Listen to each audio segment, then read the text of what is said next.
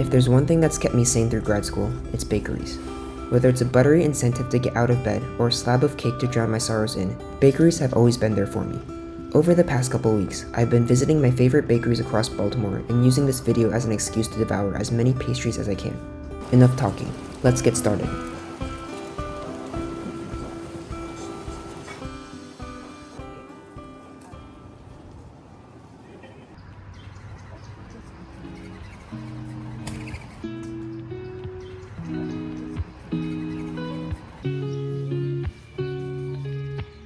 First up to bat is Café de Leon in Canton. They're famous for having lines out the door regardless of the time of day, but it's worth it every single time.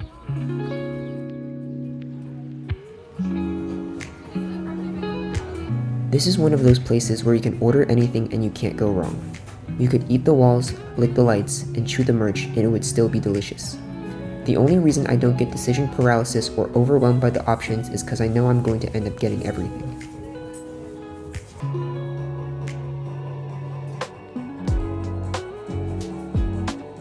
As with most bakeries in Baltimore, there isn't much seating, so we took our goodies home. But we just couldn't wait, so we started munching in the car. First up is the famous crab dip bagel, drenched in Cajun butter, corn, cheddar cheese, and Old Bay seasoning, of course.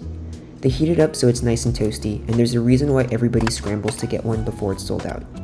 The creaminess of the crab dip, the burst of sweetness from the corn, and the fluffiness of the bagel with its crispy toasted edges. I'm devastated that I had to share this. We also got a breakfast sandwich, a chorizo and potato torta. This made me mad because it ruined bacon, egg, and cheese sandwiches for me. We need to start incorporating waxy confit potatoes into sandwiches and make BPECs a thing. Okay, we're back home with the rest of the box and look at how beautiful it is. Shout out to the person who assembled this box because it is a work of art. With all the different shapes and colors, it's like a tangram of pastries. Let's get the small fry out of the way first. This financier was gobbled up by my dad and I have no idea how it tasted, but he looked happy eating it. This is a mushroom turnover, or Chausen aux Champignon. Wait, let me apologize to the French delegation and try that again. Chausen aux Champignons. It's a flaky pie filled with oyster mushrooms, shiitake, potato puree, feta and fontina cheese, and nutmeg. It also comes with truffle aioli for dipping to add even more creaminess that sends you over the edge and into the next world. Next is the creme brulee tart, a croissant shell filled with vanilla custard, a kiss of cinnamon, and torched sugar on top. This was basically a French version of the classic egg tart. Imagine an egg tart from an Asian bakery that put on a striped shirt and beret and grew a mustache. That's what it tasted like. As with any custard-based dessert, you gotta give it a wobble before taking a bite. Finally, there are two seasonal danishes, mango passion fruit and brie and berries. These were the Liberace of pastries, showy and flamboyant.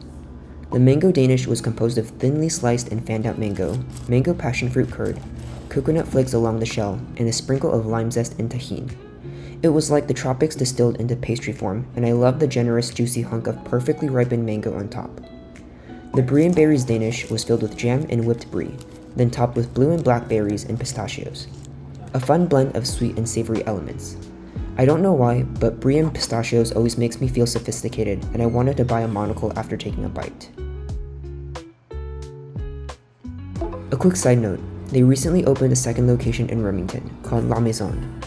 It's a lot closer to where I live, so over the next couple months, I'm going to make it my goal to try everything on the menu and report back. It's going to be a multi-month endeavor, so stay tuned if you want to see the comprehensive itemized list of every pastry they have to offer.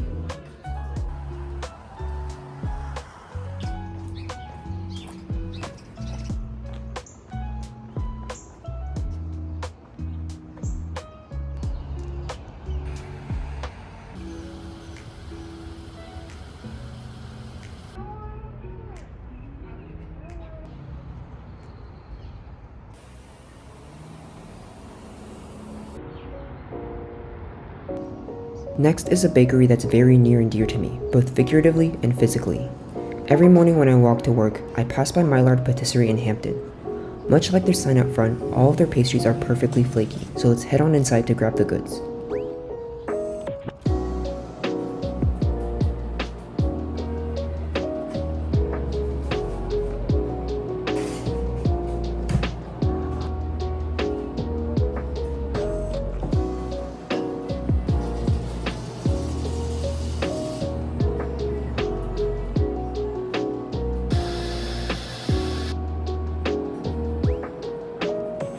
Like before, there isn't really any seating inside, so let's bring this beautiful box of buttery goods elsewhere and have ourselves a banquet.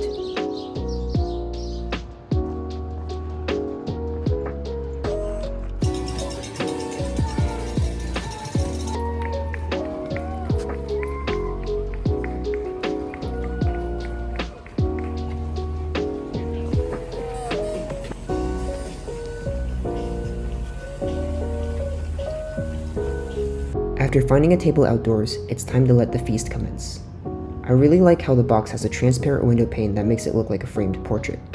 This is the only art piece I'd ever want on my walls. Over the years, and after countless trials and replicates, I've gone through pretty much every single pastry they have and then some. So today, I want to share which are my favorites and would be my first round draft pick in a fantasy bakery league. Starting off is the almond croissant, a classic favorite. To me, powdered sugar is such a funny garnish.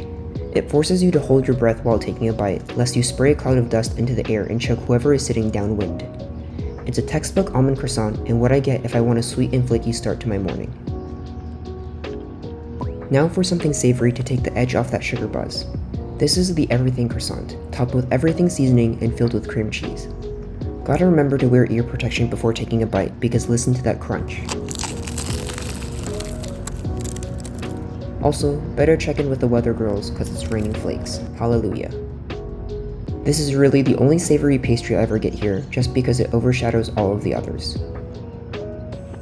With all this sugar and butter, let's get some fruit into the mix and eat a little healthier. Not before poaching it in syrup though. Next is the pear almond galette.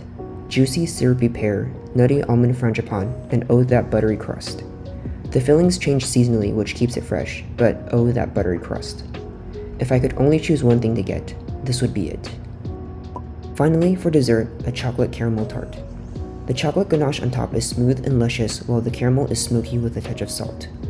I will admit the caramel was a little sandy, but I like it because it's fun to grind it against your teeth and palate. The crust is also perfect. No soggy bottoms here. There's not much that's certain in life besides death, taxes, and a perfectly textured tart crust from Maillard Patisserie.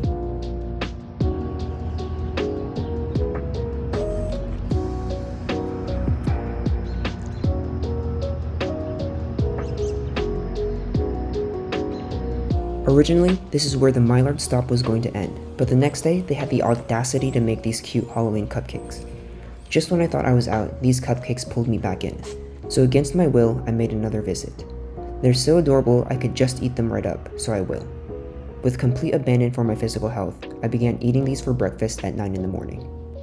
First was classic vanilla with buttercream frosting. Following that was chocolate with a Milano tombstone and gummy worm. I don't know what was buried in this grave, but it was dense. Next, this itsy bitsy cookies and cream spider popped by to say hello. Being the gracious host I am, I decapitated it with one swift bite. Lastly, pumpkin cream cheese. Cream cheese frosting wipes the floor with buttercream any day of the week, and with the salted caramel on top, it wasn't even a fair fight. This was my favorite of the bunch. I still think their pastries are better than the cakes, but I can never resist when they have these holiday specials. And with Thanksgiving right around the corner, they can just take my money now.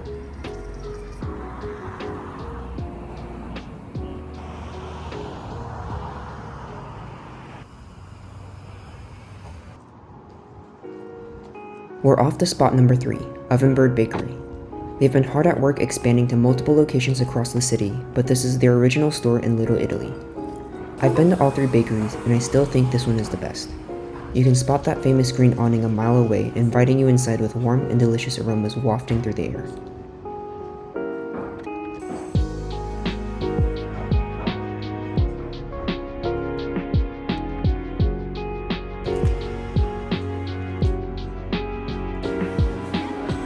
I came with a very specific game plan of what to get, which was almost foiled immediately by the loaves and pastries on display. I could hear dozens of tiny voices asking me to pick them, but I blocked it all out and stuck to my original plan. In addition to their pastries, they also have sandwiches, cups and mugs, and day-old bread at a discounted price. There were a couple tables inside, but I still feel self-conscious about filming, so I decided to brave the windy gales outside instead. Full disclosure, I feel like their laminated pastries can be a little bit hit or miss, but everything else is great. So much so that I selected a 3-course meal to get a little bit of everything. For the appetizer, we're starting with some quiche. They have 3 types of quiche, and I wanted the mushroom quiche, but they ran out of that quiche, so I got a spinach and cheese quiche, which was a good quiche. They even offered to toast it, which was really nice of them. This was like eating densely packed cream spinach in a short crust pastry bowl. Though the filling hit all the marks, the real star is that buttery, flaky crust which explodes upon impact like it belongs in a Vin Diesel movie. In fact, let's see it again in slow motion one more time. Next is the main course, hidden inside this paperback cave. This is the ham, brie, and fig sandwich on a baguette. I can be a little sauce-phobic with my foods, so this was a nice sandwich with just 3 straightforward ingredients. Forget dental exams. If you can eat a baguette without chipping or ripping your teeth out, that would be a comprehensive sign of good dental health. A lot cheaper and more fun than going to the dentist too. Though self-control isn't exactly my middle name, I did manage to leave half of it for later as an easy snack when I got home. Finally for dessert, a key lime bar. Crunchy graham cracker crust, creamy tangy key lime filling, and fresh whipped cream on top with a dash of lime zest. A simple dessert yet elevated with that whipped cream piping work and the dehydrated lime wheel garnish. That garnish was a fun touch, though speaking from personal experience, it's not the most pleasant snack. Best to leave that one alone. Though the pastries and prepared foods are good, I think their singular best item is the sourdough, so I picked up a loaf. I know, I'm already full and have plenty of snacks left over, but I was already here and it'd be a waste not to get one, right? It's called efficiency.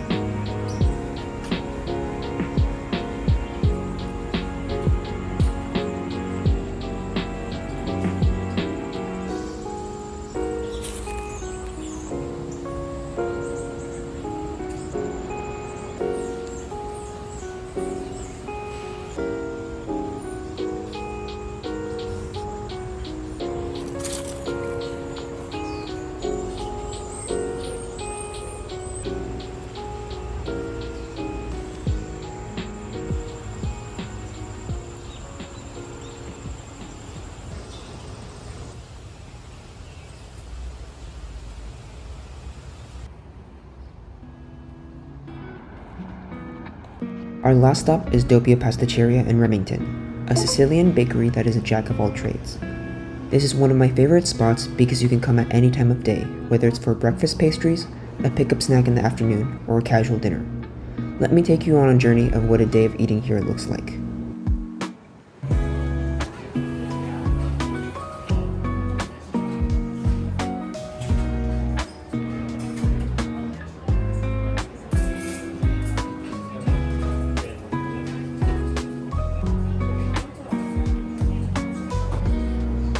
There are a couple tables and seats along the bar and window, but since the weather was so nice, I sat at the picnic tables outside to take advantage of the last remnants of summer.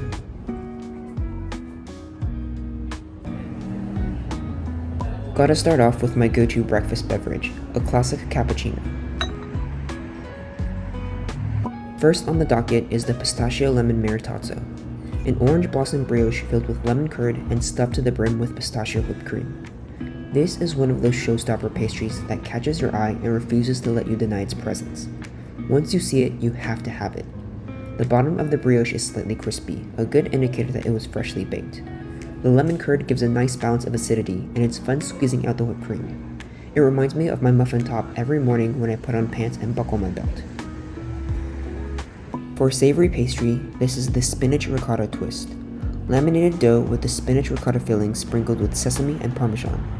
The breading on the pastry was beautiful and would make any hairdresser jealous. This thing was massive. I tried to palm it at first, but realized I had to change my grip and underhand carry it instead to pick it up. The texture was absolutely spot on, and the filling was evenly distributed with some garlic oil for an extra punch. The best part is that crispy cheese that oozes out the side and gets caramelized in the oven for an extra smoky flavor.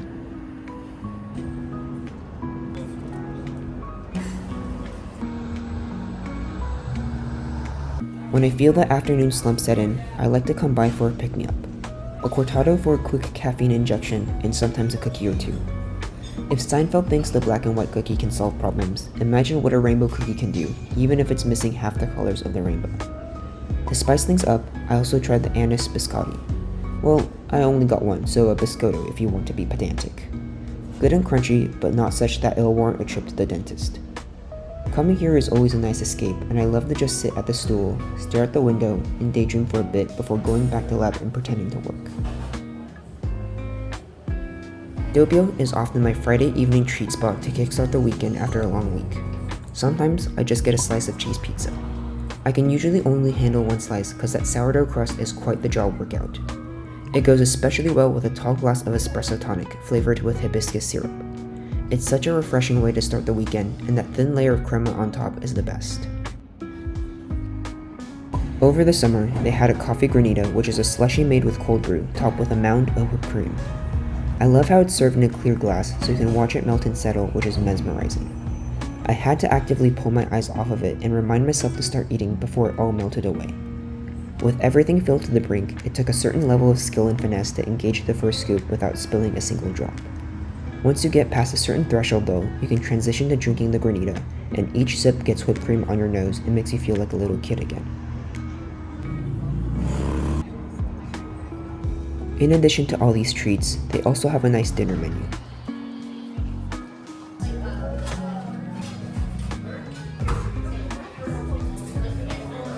This is their arancini, a fried saffron risotto ball with house-made red sauce.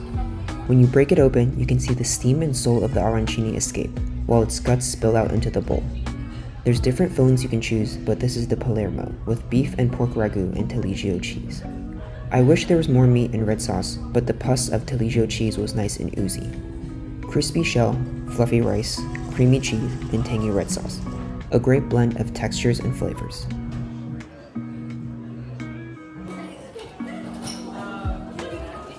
And for the last item of this bakery tour, a Caesar salad. How ironic. I like to imagine that this is me atoning for all my sugary sins and buttery misdeeds. Then again, the salad is showered with parmesan and dressing, so at least we're not going too overboard with the health craze. The croutons were the best part and offered a nice variation of crunch between it and the lettuce. It's truly impressive the capacity at which Doppio Pasticceria pumps out delicious treats day and night. You can stop by any time, and there's always something fresh out of the oven to enjoy. After 20 pastries, 4 coffees, 2 sandwiches, a bread, a rice ball, a salad, and a partridge in a pear tree, here we are at the end. I feel extremely lucky to have so many different bakeries with different types of goodies at my fingertips here in Baltimore, though my belt may have other choice words. Thank you for coming along, and I think I might need a pastry detox. Who am I kidding? We all know that I'm hopping right back on the bakery tour bus. Okay, I'm off to find my next box of goodies. Peace out.